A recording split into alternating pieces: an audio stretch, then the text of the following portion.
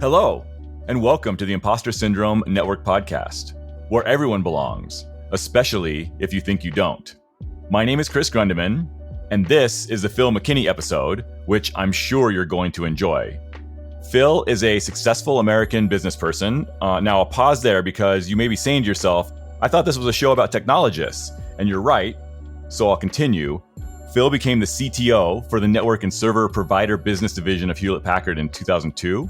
He then served as CTO of HP's personal systems group from 2005 until 2011. And while there at HP, he founded the Innovation Program Office, which led to a lot of really cool innovations coming out. It was focused on fostering new technologies, products, and services. That IPO group, as they called it, was responsible for just a really ton of really cool products. And it actually earned HP a spot on Fast Company's list of the 50 most innovative companies 3 years in a row. So that's pretty fantastic. And then after retiring from HP, he authored the book Beyond the Obvious, and then became president and CEO of Cable Labs, which is a nonprofit cable industry research and innovation lab based in Louisville, Colorado. That's where I met him. And, as I think you can see here, in other words, for at least the last 2 decades, and arguably going back a couple more than that, Phil's business has been the business of technical innovation. Now I'm sure you see the connection. Hi, Phil. Thanks so much for joining us. Would you like to introduce yourself any further to the Imposter Syndrome Network? No, Chris, I think you did a great job, and it's actually great to see you. It's been too long since we've connected. It has been, yeah, for sure. And I do kind of want to just start right there at our intersection, which I think is also a great way, I think, to frame at least some of your expertise for folks who may not already be familiar. We met when you were hired as the CEO of Cable Labs. I was working there at the time on IPv6 and SDN. And in 2012, the year you joined, I was actually awarded Inventor of the Year, which I thought was pretty cool, but was actually just the beginning of my education on the topic. The couple of years I spent working for you and learning about innovation was really awesome. You started multiple programs. I was able to help with some. We conducted some marshmallow building trials, some Lego robot competitions, some really fun stuff to kind of get the wheels spinning. And one of the things that really stood out to me, of the many things I learned from you and your book and your leadership, was the difference between invention and innovation. And so I think maybe if you wouldn't mind just laying out kind of how you see those two words, those two topics, those two ideas as separate and distinct, that might be a great place to kick off the conversation.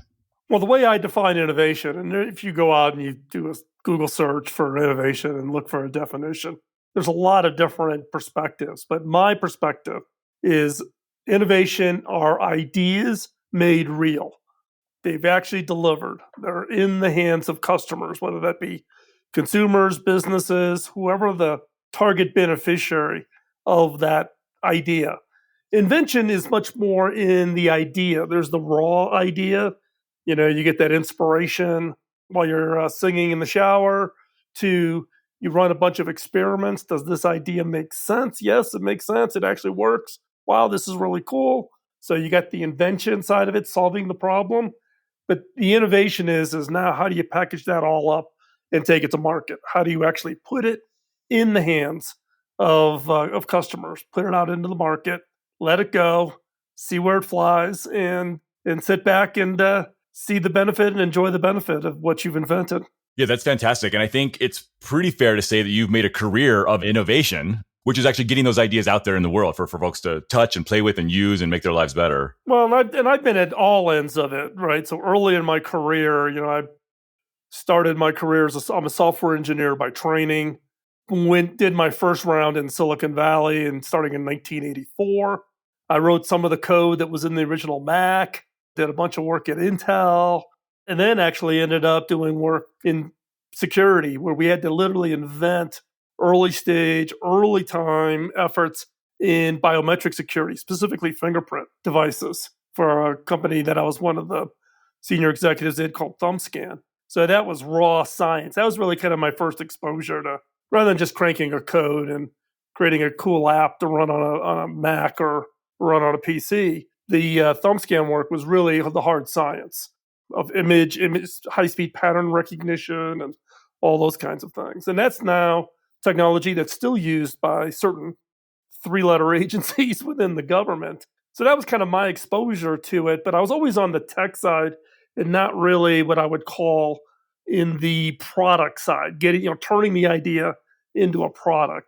But post that experience and post my early years in Silicon Valley, I really got bit by the bug of being able to see the end to end, going from the raw idea all the way to the product. And that resulted in, I won, I'm trying to remember when it was, probably 1986, I won Product of the Year at Comdex, a show that doesn't even exist anymore. I'm definitely aging myself. And then that just kind of lit the fire of, it's not just about the idea. You got to put it in the hands of customers. You got to solve real problems, not a solution trying to find the problem. Understand the problem, solve the problem, deliver a solution to that problem. And that's where I really got, bit by the bug. And, now I'm almost 40 years of that being the entire focus of my career since then. Yeah, awesome. I want to put a pin in that because I think that transition is really interesting. But even before that, going like all the way back to the beginning, I'm wondering, even those first few jobs, right, when you got in there doing some software development, some product development, that kind of work, and like you said, your first kind of tour in Silicon Valley, where was the impetus behind that? I mean, why technology at all? Why get involved in coding and stuff? I mean, obviously, looking back, I think, the late 70s, early 80s, when maybe you were kind of figuring this all out and going out on your own, was a different world than today. It wasn't such an obvious choice to get involved in these kind of things. Well, it actually wasn't, because my first career choice was for architecture. So I grew up in the south side of Chicago. The high school that I went to did not even have a computer. They didn't even have a computer terminal. Never saw anything related to a computer all my years in high school. But they had architectural courses, and I was really big into drawing and blueprinting and did very well in it. And I thought that was what my career path was going to be. And then I had applied in my junior year as an early application to the architecture school at the University of Illinois at Chicago and got accepted. And then they reached out to me and offered me what they called Saturday program, funded by the National Science Foundation. So I was one of 20 students in all of Northern Illinois to be selected. So basically, I went to college on Saturdays. So nothing like your senior year in high school, doing 5 years of high school and a sixth day of the week doing your freshman year in college at the same time. But that's where I got exposed to computers for the first time, was in the Saturday program, and absolutely just got bit by the bug. And through that process, albeit I started my architecture studies, I really got swayed into the computer side, and I actually combined the two. So my focus early in my career was all around computer graphics. So being able to take what you used to do by hand with vellum, ink pens, lettering, all those types of things early in my career, to the role that I saw this vision of computers really being able to be the tool that they've now become. I jokingly say, though, I was one generation too soon in that effort. So I never really got to leverage my background and my studies in computer graphics and computer graphics animation, which is really what my focus was, and focused, purely on software products, those types of things is where I ended up. So started off in architecture, got my first exposure in this Saturday program at the University of Illinois, Chicago, and got bit by the computer bug and never looked back. Awesome. Yeah, it makes sense. And I think it's a similar story for a lot of folks, right? Whether that, happened 10 years ago or 40 years ago, I think a lot of us kind of got sucked into technology. It was almost not a choice, where once you see it, if you really got, if it grabs you, it grabs you, I think, in some ways. Well, and I think, my advice to, particularly like when we bring the interns, we have 20, 25 interns a summer here at Cable Labs. At HP, I'd have 200, 250 interns for the summer on my innovation teams. And the advice I always give to the interns is early in your career is the time to experiment. Try lots of things. Don't get locked in on one thing. I thought I was going to be an architect. That's not where my passion really, got ignited. It was, once I saw that potential. And ultimately, for me, the passion took over. And albeit I completed 3 years at the University of Illinois Chicago, I never graduated, because some of my early work, I was a research assistant to Professor Masillo at the University of Illinois. Some of my work got published, in journals, even as a junior undergrad.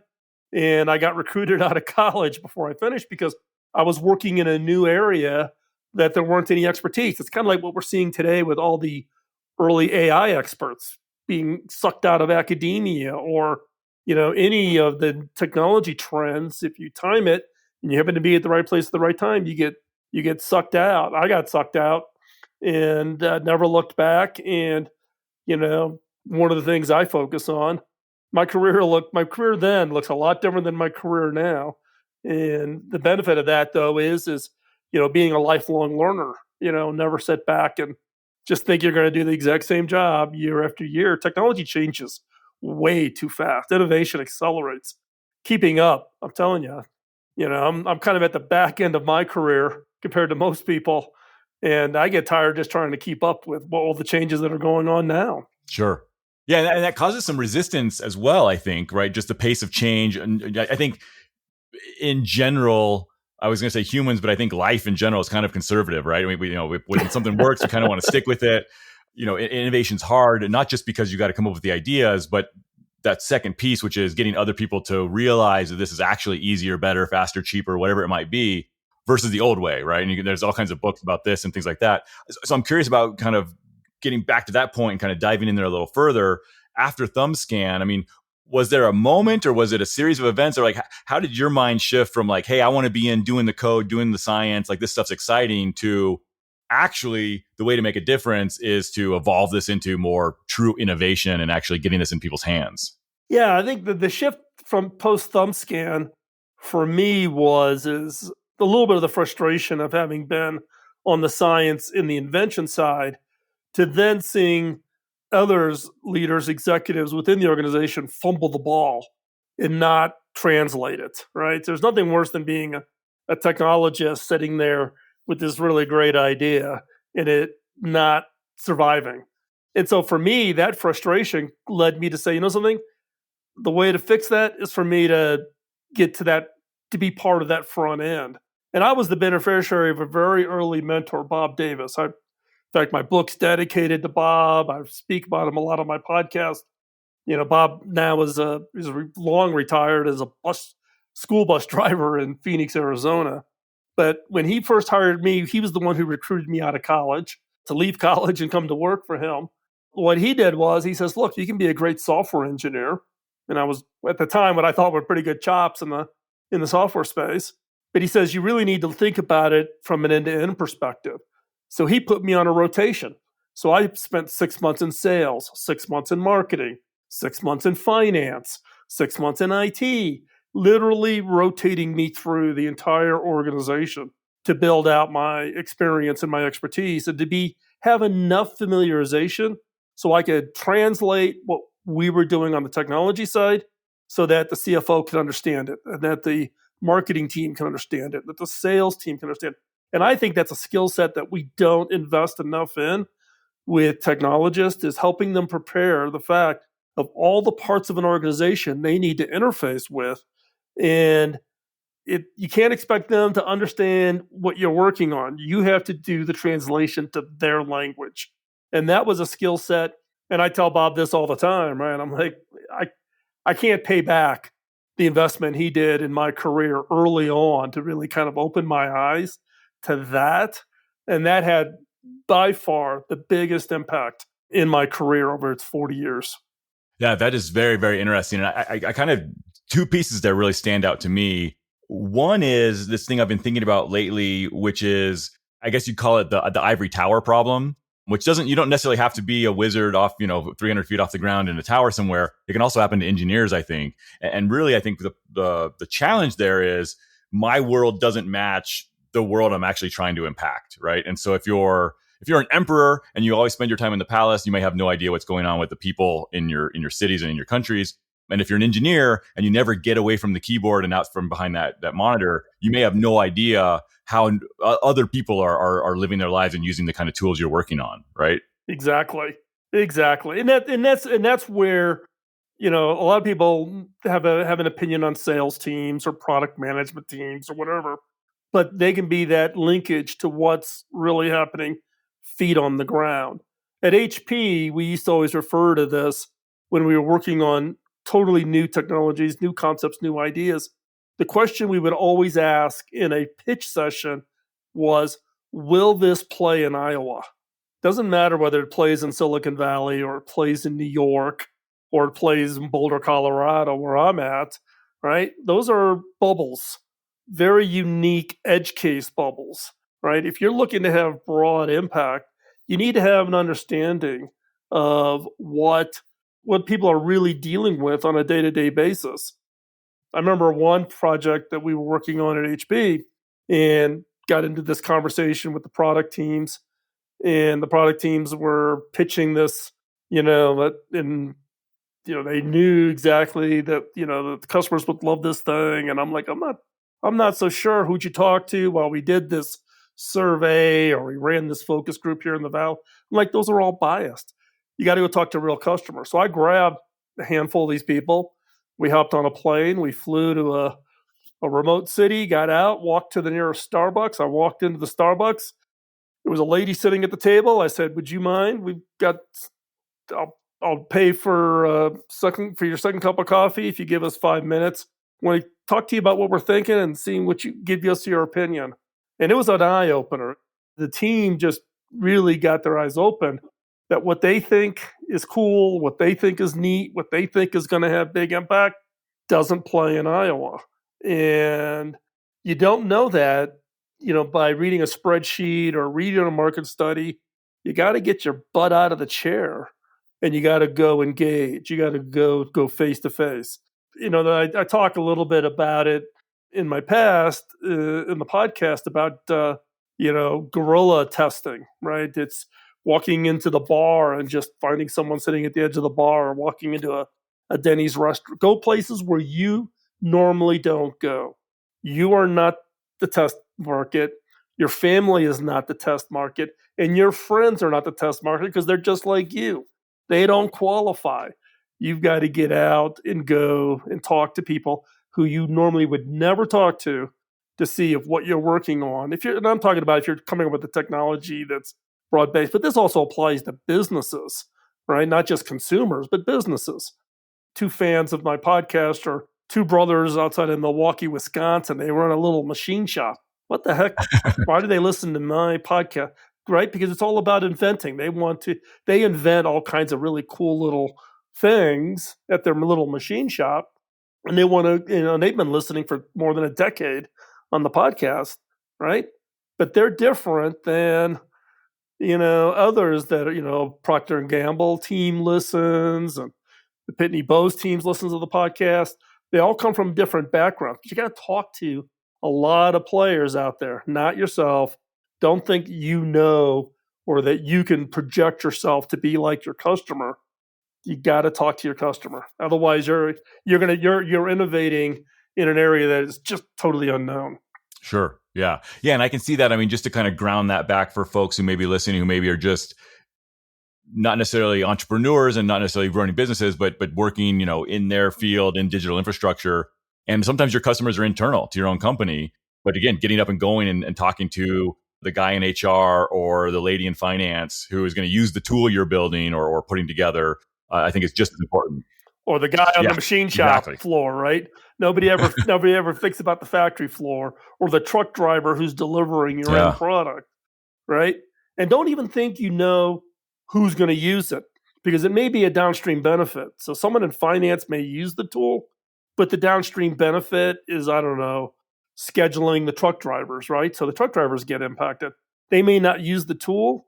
Think about the entire value chain, who ultimately gets the benefit, and look for those insights, because that's where innovation value can have a multiplication effect within an organization. It's not just, hey, can I make this tool really easy so finance can put in things? But this thing that they're putting in is going to impact scheduling trucks downstream. If I can figure that out, that's a multiplication effect of the benefit. Yeah, that's super interesting. Those are where things get really exciting for sure. Yep. The other piece that I thought was really interesting, and kind of the way you described Bob Davis's kind of, taking through the organization and doing the rotation and things was, not just the idea of going out and talking to the folks, But also, I think there's something there about how you talk to them. I think you talked about, you have to say it almost in their language. And I think that's a really key piece of just communication flat out, whether it's around innovation or anything else. I've found that to be really, really true. If you want to talk to somebody, and maybe this is obvious when you look at it at the level of languages, you got to speak their language. But languages are nuanced. And it's not just that you have to speak English or French or Spanish. It's that you really need to understand kind of their perspective and be able to couch it in their terms. Or I've just seen people talk to each other and not even, neither one of, it's obvious that neither one of them knows what the other person's saying, and they'll talk for minutes, Well, and particularly when it comes to some new idea. So you've come up with this new idea and you're pitching it to try to get support. Well, better go pitch. You got it. At some point, you got to pitch it to the CFO because you're going to need cash, to build this thing, right? And then you pitch it, and the CFO, it's too expensive. We don't have it in the budget, right? All of what I refer to as the innovation antibodies, the pushback you get, right? For every type of innovation antibody, there's actually a response that the innovator can use, right? Understand, for instance, the CFO, not a bad person. Their job is to de-risk financial risk to the organization.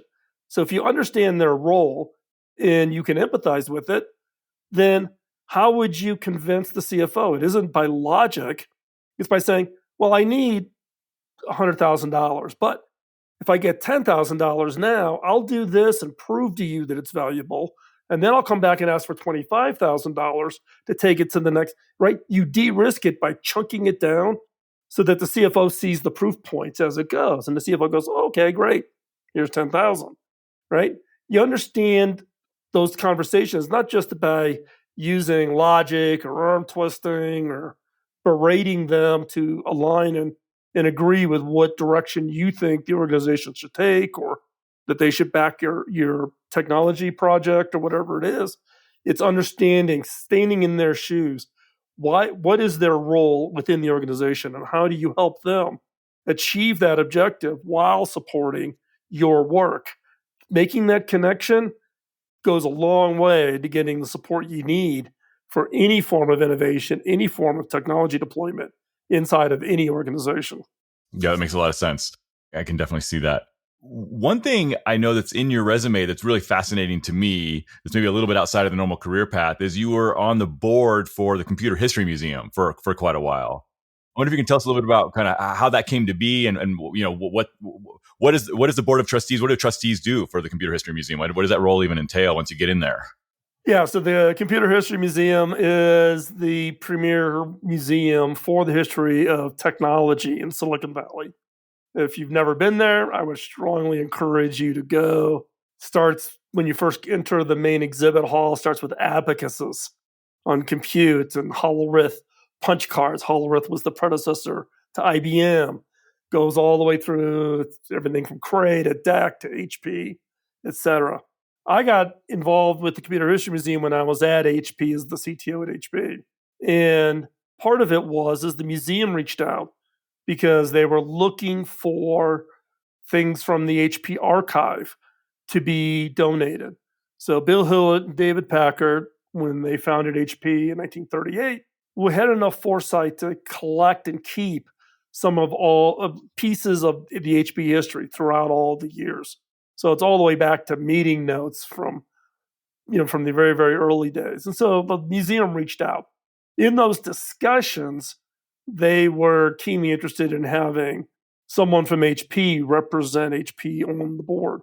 So when I first joined the Computer History Museum, I was actually representing HP and HP support for the Computer History Museum. Subsequently, even after I retired from HP, I stayed on the board for many years until I relocated to Colorado. And then being a long distance trustee just doesn't make sense. But the trustee basically, in the case of a museum or any kind of a 501c3 charity, the role there is really to act as the board of directors, like any board of directors for any organization. So you're approving the strategic plan, you're approving the budget, those types of things. But in the case of me at the Computer History Museum, it was also the linkages between the fact that for many, many of my years on the board at the museum, I was also a senior executive at HP. So, for instance, we took the entire history archive of DEC, which HP had acquired, and we gave that to the museum. So if you go into the Computers Museum, you go through the main exhibit, everything from the early PDP-11s, PDP-4s, that entire part of the museum was a donation from HP.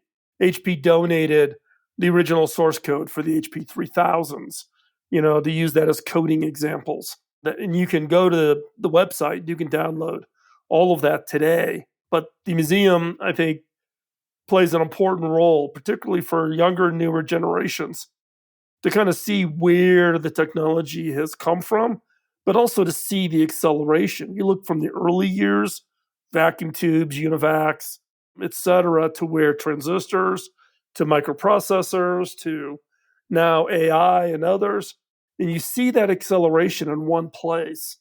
I think it's a great learning opportunity, and it's also just a great reminder of the industry that we all embrace. Yeah, that's awesome. Definitely something worth checking out. I like that contextualization of it, of being able to see the acceleration kind of hands-on there. That's a really neat way to look at it. I hadn't thought of that before, but you definitely do see that there. Well, at the Computer History Museum, we put together a program. This was early on at the museum, and I got involved in this a little bit, where today they bring classes into the museum and they bring innovators from the Valley in order to actually pose problems to these students. And these are grade schools, junior high, high school students. And they'll do it with pairing. So they'll do a class in East Palo Alto, which is a very rough part of the Valley. It's a lot, high percentage of population in poverty. So they'll bring us class from East Palo Alto and they'll pair it with a class virtually somewhere else in the country and even the world. And they run these programs together. And but it's exciting because you can show these kids the progression of technologies, and then you can pose them a problem that doesn't really have a technology answer to it, but it gets them to think about, hey, if so-and-so invented something and it had this huge impact, could I invent something that could change the world? Could I do something that would make life better for me, or life better for my friends, or for my parents, or whatever? And it's trying to ignite that spark that there's nothing special about any innovator. We all have the ability to be highly creative, to invent, and to change the world. We just need to step out and just do it, not wait and deal with self-doubt. Step out and take that risk. Yeah, I like that. And that's actually great advice. I think that more and more people need to hear, I think, is being able to just kind of get out of your own way and just try it, just do it. Speaking of doing things and accomplishments, I wonder, looking back at your career up to now, in any way you want to categorize it, what would you say is your greatest achievement so far? My family. That's an easy one. I've got 3 kids, 5 grandkids. So my wife and I jokingly tell everybody, life is all about the grandkids. Yeah. My kids are definitely feeling like second-class citizens now because it's all about the grandkids. So yeah, nice. I mean that's the easy answer that everybody expects you to give. If you were to ask that same question about my work career and what did I achieve? I don't know. I don't think there's actually one thing, right? In fact, I do get this question. I especially got this question when I first came to Cable Labs, right? Wired magazine did an article on me when I left HP, right? Because it drove a news cycle. But then years later, they followed up, and others keep asking me, like, you left HP, you retired, and then you went to the cable industry. What were you thinking, right? Type of a thing. But, and I tell people this, I was just back in Silicon Valley. We have an office there. And the media always ask, and I'm like, look, I said, HP, great company. Bill Hillard, David Packard, they knew how to create a culture. That's where I got really schooled in the importance of culture to an organization's success, and innovation culture specifically. I said, however, coming to Cable Labs and the support from the board of directors in the way the industry operates, being the CEO at Cable Labs is by far the best job I've ever had in my entire career.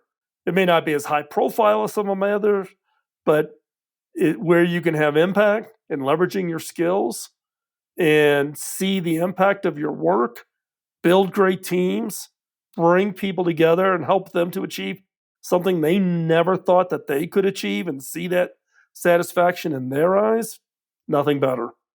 Awesome. That's fantastic. Well, I think no surprise, we've barely touched on anything in your career, but we have run out of time for today. Phil, do you have any projects or causes you'd like us to know about? And maybe I'll actually insert myself here and say that I'd love to hear a little bit about Hacking Autism and what's going on with that project. Yeah. Yeah, so Hacking Autism at hackingautism.org is actually a nonprofit I started when I was at HP. It was an HP, what we call cause marketing project. It was HP, we would pick one or two causes that HP would get behind. Autism was one. And so that would have been in October of 2010. When I retired at the end of calendar year 2011, HP asked me to take the Hacking Autism work with me. They would continue to support it, but they felt it would have broader appeal to not just be confined within HP. So we took that out. Hacking Autism focuses on three areas. One is therapy. So the development of new kinds of therapies, particularly therapies for to be used at early diagnosis. If you diagnose someone with autism early at a younger age, therapy actually brings a bigger benefit. The other is technologies. And we focus primarily on technologies for the nonverbal part of autism, so giving those without a voice. And then the third is employment, neurodiversity hiring programs. So we were the first to actually start neurodiversity hiring programs that are now starting to get a lot of traction. We worked with Microsoft, Pepsi, HP, a bunch of organizations. Tony Diera who runs a Rising Tide car wash in Florida. We've partnered with him, and he's done a phenomenal job. His brother is on the autism spectrum. So Hacking Autism, you can check it out at hackingautism.org.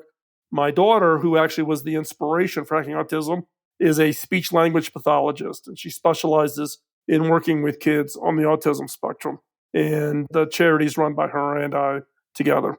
Awesome. That's great. I think there's phenomenal work going on there, and it definitely touches our industry and technology, perhaps more than some others. For whatever reason, those two things kind of go hand in hand, right? The logical and rational kind of technology-focused mindset tends to end up somewhere on that spectrum in a lot of cases, or at least be adjacent to it. Well, I would argue we are all on the spectrum, right? We're all a little weird in our own way, right?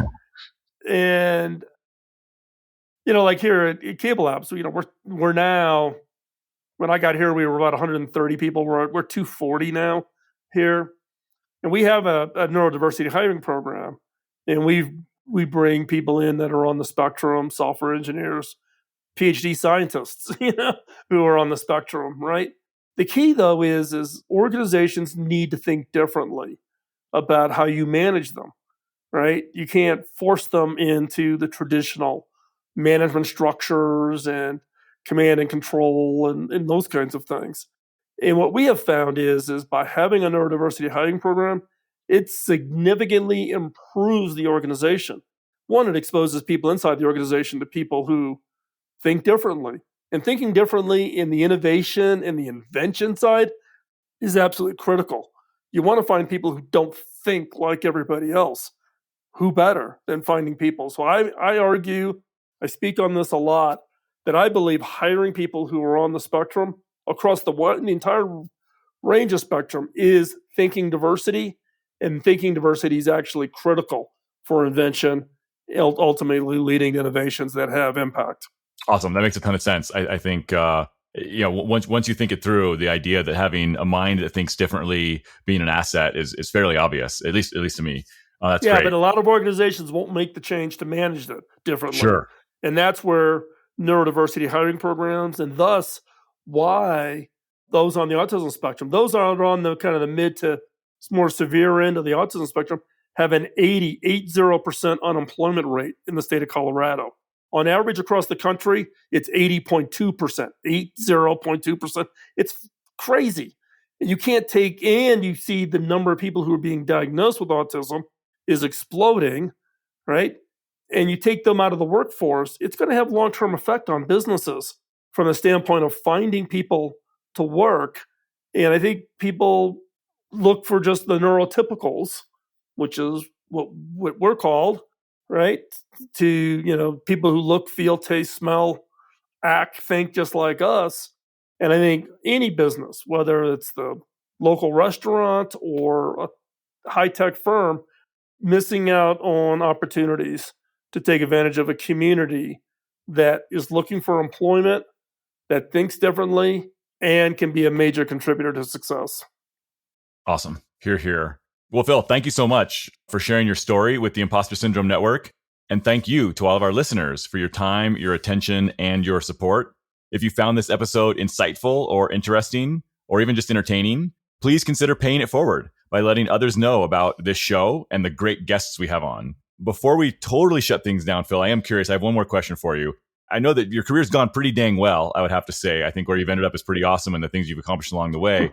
But if you could open that, transdimensional portal and whisper something in younger Phil's ear, what advice would you give to your younger self just starting out if you could? Don't let fear hold you back. Fear of failure is one of the biggest handcuffs. In my view, fear stands for false evidence that appears real. We let negative talk in our head take any kind of potential risk and blow it up into this major fear. And my one piece of advice to a 25-year-old Phil is don't let fear stop you from trying something. Don't let fear hold you back from doing an experiment. Don't let fear hold you back from jumping into something new. Awesome. I love it. We'll leave it there, and we will be back next week.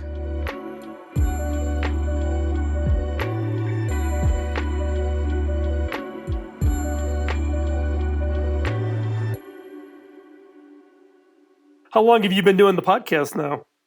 So almost, I guess, like right around 2 years. When did we start? So we started like August of 20. Yeah, so all coming up on 2 years. This will be episode 87. I'm March 5th. I start year 20. Wow. Yeah, that's awesome. That's very cool. It's crazy. I can't even. My wife reminds me all the time. Yeah.